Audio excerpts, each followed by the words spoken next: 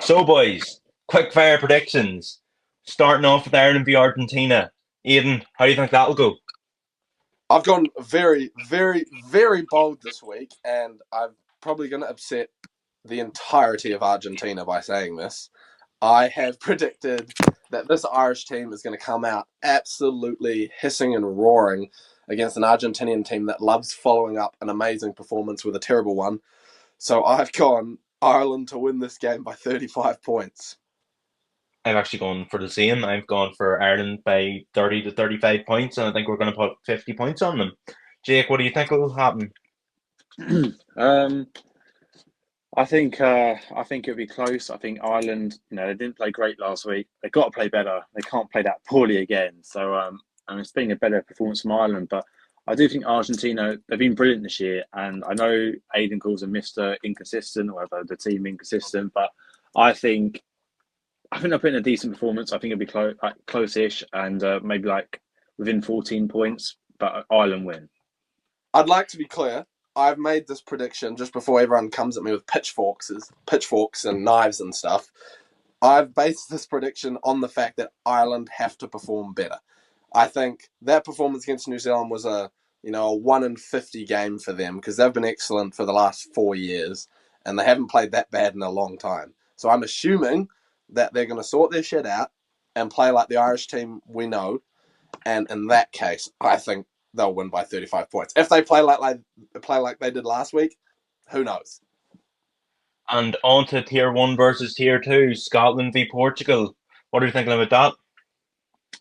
I mean, I don't know what you mean tier one v tier. That's tier two v tier two for me. But you know, I think Scotland will win. Sadly, it shouldn't be too close. But I hope Portugal can make it close. As you had a disappointing loss to USA last weekend. But they were really exciting in the World Cup, and I see they played South Africa in the summer, and they didn't push them, but they represented themselves well. So if they do that, as long as they play well, really show off the Portuguese flair and style of rugby, I think it'd be good if they can just sort of hold it within 30 points.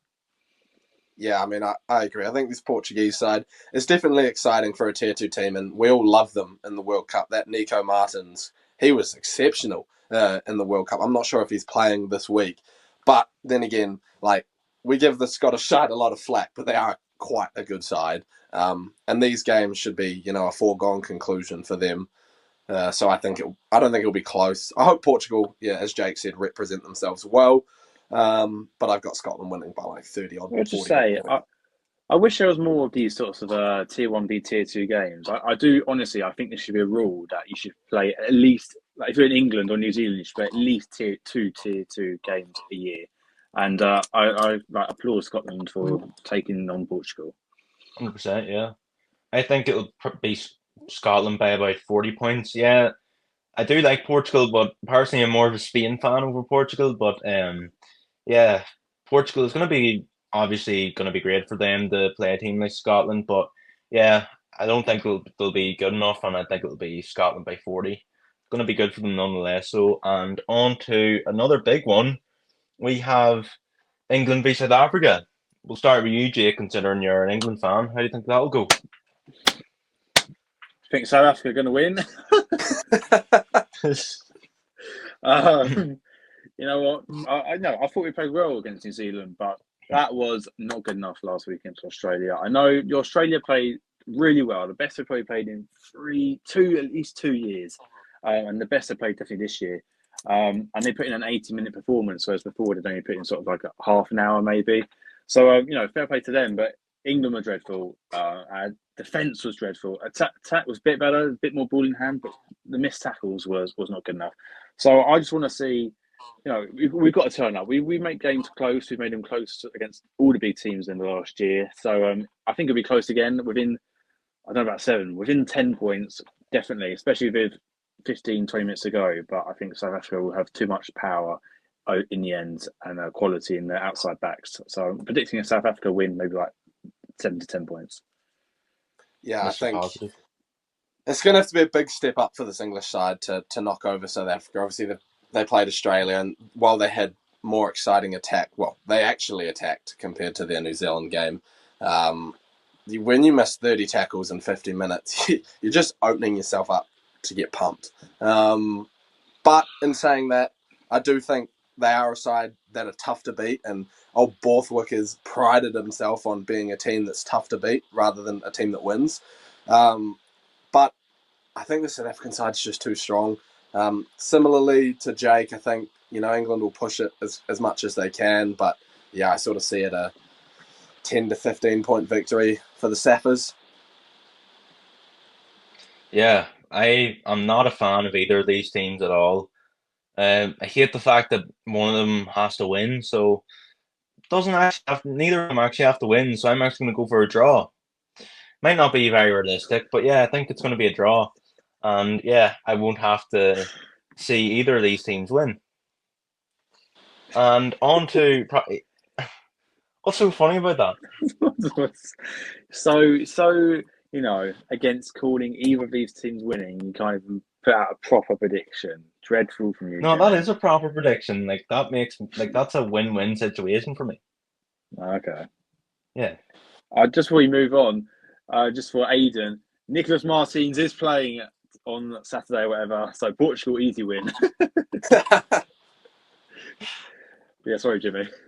Oh yeah, and on to probably the biggest game of the weekend: New Zealand v France, or as Aiden would say, New Zealand versus the Devil. Yeah. How do you think that'll go, Aiden? I think we're going to In your pump them. Paris I don't t-shirt. care what anyone thinks. I'm going to get this shit off. I was recording in this when I made my All Blacks 15 video, and it was a dire mistake, and I apologise to any New Zealand fans. So I'm going to get that shit off because I'm going to burn this if we lose. I despise French rugby at the moment. It's despicable.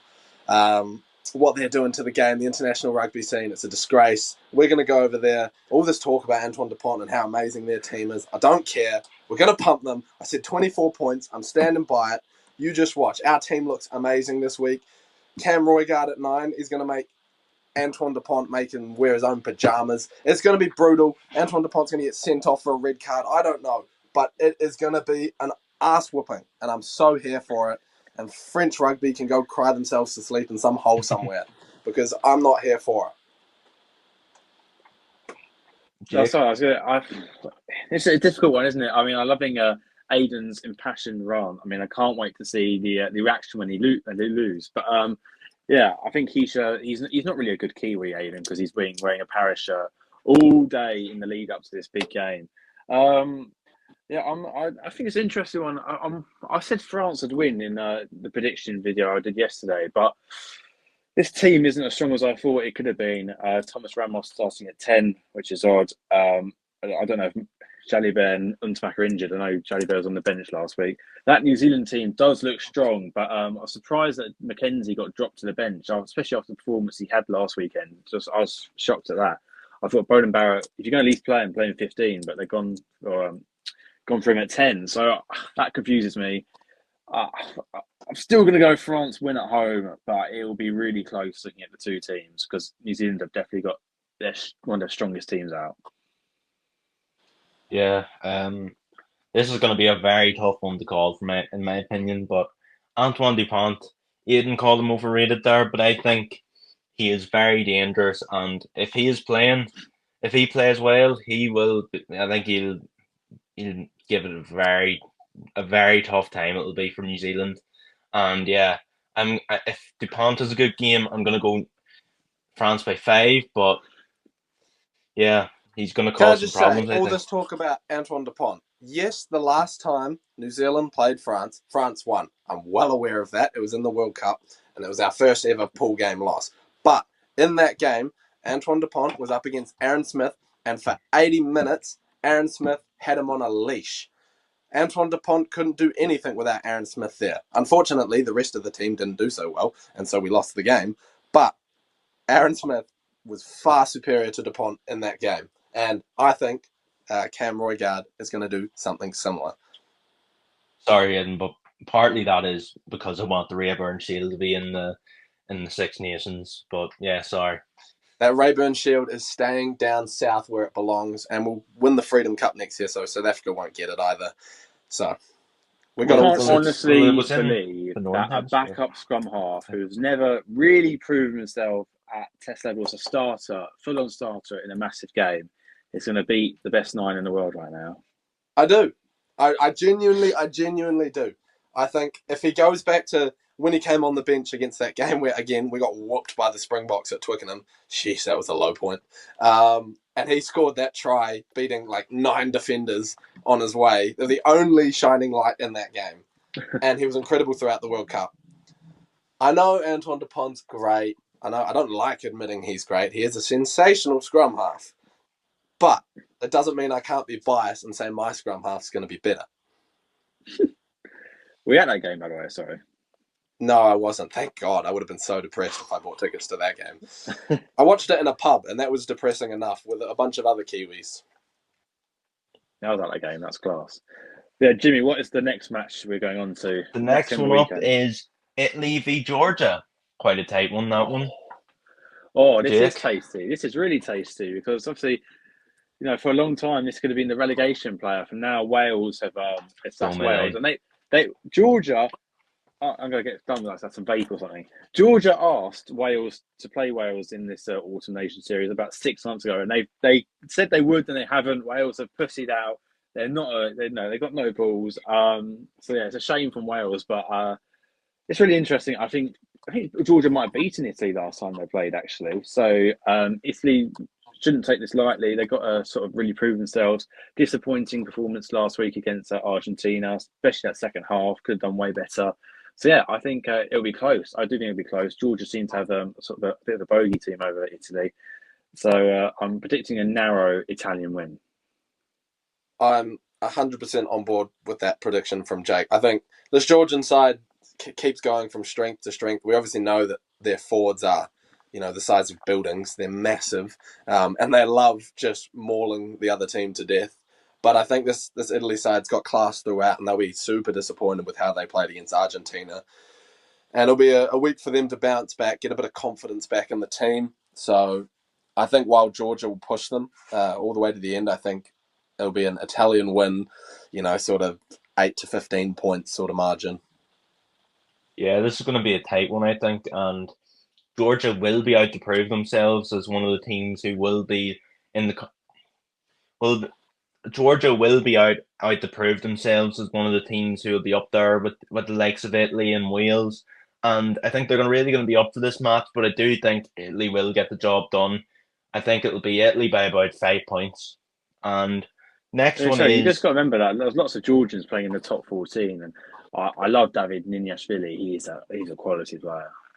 Yeah, I think they'll be up to prove themselves as because they've been pushing to be a Six Nations team for the last couple of years, and I think they'll really be up for this match. And yeah, on to Australia v Wales. How do you think that'll go? I think there's going to be another L in how you spell Wales soon. This Aussie side, I think they're my second favourite team at the moment, which is so bizarre to say growing up disliking Australia. But this Aussie team is exciting. Some of their players are truly sensational, and I think they're often overlooked. In that game against England, you saw some of them shine real bright, the likes of Tom Wright. He was exceptional.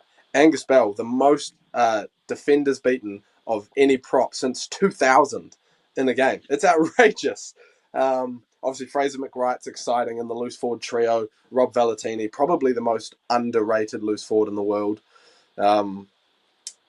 Tate McDermott, I don't know why he wasn't on the entire game. He looks so much better than Jake Gordon. Noah Lolesio had a pretty good game, definitely overshadowed by Marcus Smith. But overall, this Aussie side is getting somewhere, and it's getting somewhere quicker than a lot of people expected. Whereas this Welsh side is going nowhere. It's like they're stuck in neutral. And it sucks for them because they were a pretty awesome team not that long ago. But I don't know what has to change for them, if it's a change in coach or just the way they play. I don't know what it is for them, but I don't think it's going to change this week. And so I've got Australia winning pretty comfortably. I totally agree with you. Strangely enough, I actually have been almost supporting the Wallabies recently. They have been a second team for me too.